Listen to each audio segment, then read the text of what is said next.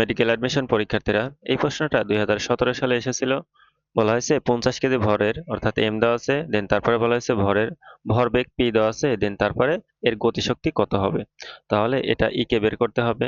তো এখন দেখো, গতিশক্তি, ভরবেগ এবং ভরের মধ্যে যে সম্পর্ক, এটা দিয়ে করো, তাহলে তোমাদের সুবিধা হবে। অর্থাৎ E K is equal to P square divided by 2m। তাহলে এটা দিয়ে দেখবা খুব দ্রুত হয়ে যাচ্ছে। তো এখন দেখো, এখানে দেওয়া আছে আমাদের ভরবেগ, ভরবেগ দেওয়া আছে কত, 50। দেওয়া আছে কত, ভরবেগ দেওয়া আছে 50। তাহলে 50, এখানে কি করতে হবে, স্কোয়ার, দেন তারপরে আছে 2 ইন্টু এম, এম দেওয়া আছে কত, এম দেওয়া আছে 50।